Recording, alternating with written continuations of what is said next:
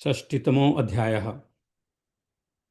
जन्मेजय के यज्ञ में व्यास जी का आगमन, सत्कार तथा राजा की प्रार्थना से व्यास जी का वैशंपायन जी से महाभारत कथा सुनाने के लिए कहना, यह हम इस अध्याय में पढ़ेंगे। हरि ओम। ओम नमः शिवाय। सौति उवाच। श्रुत्वा तो सर्पसत्राय दीक्षितं जनमेजयम् अभ्यगच्छत् ऋषिर्विद्वान् कृष्णदेवपायनस्तदा। तो उग्रश्रवा जी कहते हैं, शौनक, जब विद्वान महर्षि श्री कृष्ण द्वैपायन ने यह सुना कि राजा जन्मेजय सर्प यज्ञ की दीक्षा ले चुके हैं, तब वे वहां आए, जन्मेजय के यज्ञ में आए। जनयामास यमकाली शक्तेः पुत्रात् पराशरात् कन्येव यमुना द्वीपे पांडवानां पितामहम्। वेद व्यास जी को सत्यवती ने कन्यावस्था में ही शक्तिनंदन पराशर जी से यमुना जी के द्वीप में उत्पन्न किया था। वे पांडवों के पितामह हैं। जातमात्रश्च यः सद्य इष्टया देहमविवृधत् वेदांसधिजगे सांगान् सेतिहासान् महायशाः यन्नेति कपसा यन्नेति तपसा कश्चिन् वेदाध्ययन च न व्रतैर्नोपवासैश्च न प्रशांतया न मन्युना। जन्म लेते ही उन्होंने अपनी इच्छा से शरीर को बढ़ा लिया तथा उन महायशस्वी व्यास जी को स्वतः ही अंगों और इतिहास सो सहित संपूर्ण वेदों और उस परमात्म तत्व का ज्ञान प्राप्त हो गया, जिसे कोई तपस्या, वेदाध्ययन, व्रत, उपवास, शम और यज्ञ आदि के द्वारा भी नहीं प्राप्त कर सकता। विव्यासैकं चतुर्धा यो वेदं वेदविदां वरः परावरज्ञो ब्रह्मर्षि कवि सत्यव्रतः शुचिः। वेदवेत्ताओं में श्रेष्ठ थे और उन्होंने एक ही वेद को चार भागों में विभक्त किया था। ब्रह्मर्षि, परम ब्रह्म और अपर ब्रह्म के ज्ञाता, कवि, त्रिकालदर्शी, सत्यव्रत परायण तथा परम पवित्र हैं।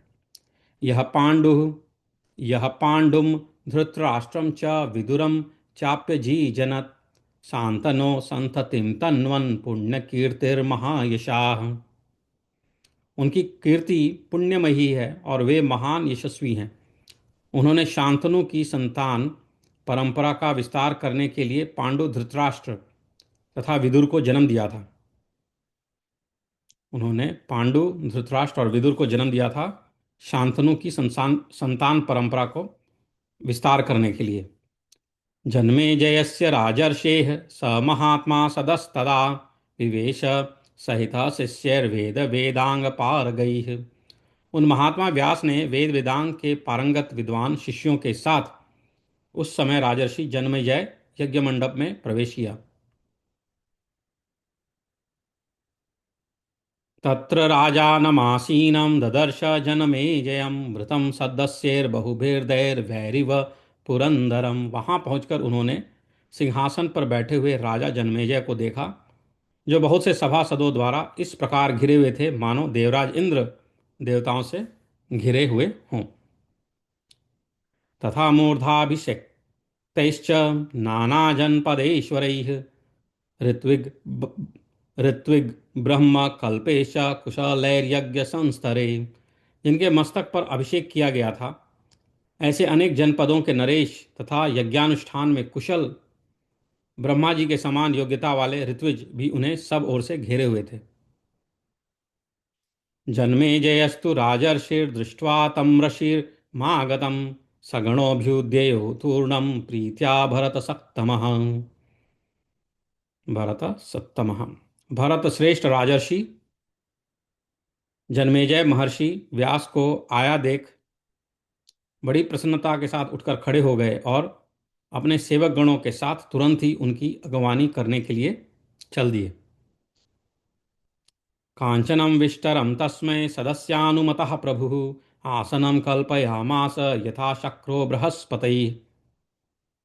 जैसे इंद्र बृहस्पतियों को आसन देते हैं, उसी प्रकार राजा ने सदस्यों की अनुमति लेकर व्यास जी के लिए सुवर्ण का विस्टर दे आसन की व्यवस्था की। सुवर्ण का विस्टर दे आसन की व्यवस्था की। तत्रोपविष्टं वरदं देवर्षिगणपूजितं पूजयामास राजेन्द्रः शास्त्रदृष्टेन कर्मणा। देवर्षियों द्वारा पूजित वरदायक व्यास जी जब वहां बैठ गए, तब राजेंद्र जन्मेजय ने शास्त्रीय विधि के अनुसार उनका पूजन किया। पाद्यमाचमनीयं च अर्घ्यं गां च विधानतः पितामहाय कृष्णाय तदर्हाय न्यवेदयत्। उन्होंने अपने पितामह श्री कृष्ण द्वैपायन को विधि विधान के साथ पाद्य, आचमनीय, अर्घ्य और गौ भेंट की, जो इन वस्तुओं को पाने के अधिकारी थे, तो उनकी पूजन किया। प्रतिग्रह य प्रतिगृह्य तु तां पूजां पांडवा जनमेजयात् गाम चैव समनुज्ञाप्य व्यासा प्रीतो भवत्तदा। पांडव वंशी जन्मेजय से वह पूजा ग्रहण करके गौ के संबंध में अपना आदर व्यक्त करते हुए व्यास जी उस समय बड़े प्रसन्न हुए। तथा च पूजयित्वा तं प्रणयाता प्रपितामहम् उपोपविश्य प्रीतात्मा पर्यपृच्छदनामयम्। पितामह व्यास जी का प्रेम पूर्वक पूजन करके जन्मेजय का चित्त प्रसन्न हो गया और उनके पास बैठकर कुशल मंगल पूछने लगे। पर्यपृच्छदनामयम्। भगवानपि तं दृष्ट्वा कुशलं प्रतिवेद्य च सदस्यैः पूजितः सर्वैः सदस्यान् प्रत्यपूजयत्। भगवान व्यास ने भी जन्मेजय की ओर देखकर अपना कुशल समाचार बताया तथा अन्य सभासदों द्वारा सम्मानित हो उनका भी सम्मान किया। ततस्तु सहितः सर्वैः सदस्यैर्जनमेजयः इदं पश्चात् द्विजश्रेष्ठं पर्यपृच्छत् कृतांजलिः। तदनंतर सब सदस्यों सहित राजा जन्मेजय ने हाथ जोड़कर द्विजश्रेष्ठ व्यास जी से इस प्रकार प्रश्न किया। क्या कहा? जन्मेजय उवाच कुरूणां पाण्डवानां च भवान् प्रत्यक्षदर्शिवान् तेषां चरितमिच्छामि कथ्यमानं त्वया द्विज। ब्रह्मन, आप कौरवों और पांडवों को प्रत्यक्ष देख चुके हैं, अतः मैं आपके द्वारा वर्णित उनके चरित्र को सुनना चाहता हूँ। कथं संभवत् भेदस्तेषामक्तेलष्टकर्मणां तच्च युद्धं कथं वृत्तं भूतान्तकरणं महत्।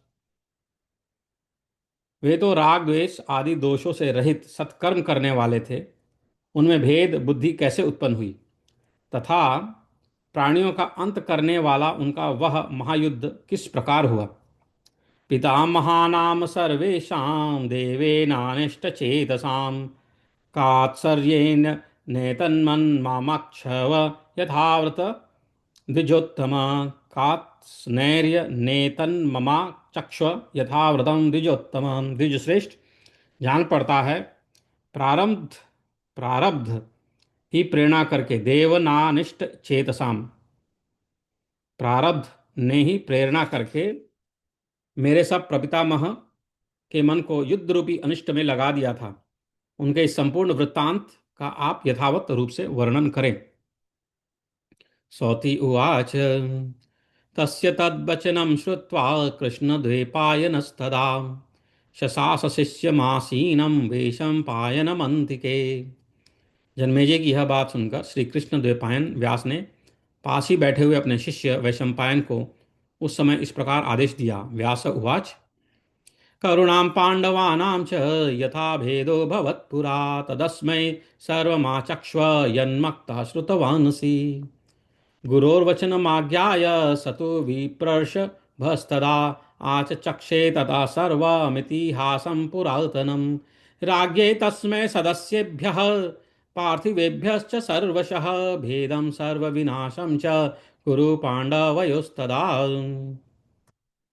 व्यास जी बोले, वैशंपायन, पूर्व काल में कौरवों और पांडवों में जिस प्रकार फूट पड़ी थी, जिसे तुम मुझसे सुन चुके हो, वह सब इस समय इन राजा जन्मेजय को सुनाओ।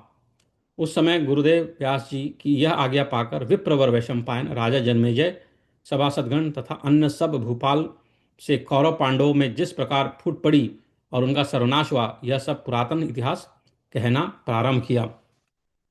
तो उन्होंने यह पुराना इतिहास के बारे में बताना शुरू किया। इस प्रकार यह 60वां अध्याय पूर्ण होता है। इति श्री महाभारते आदि पर्वणि अंशावतरण पर्वणि कथानुबंधे षष्टितमो अध्याय। षष्टितमो अध्याय।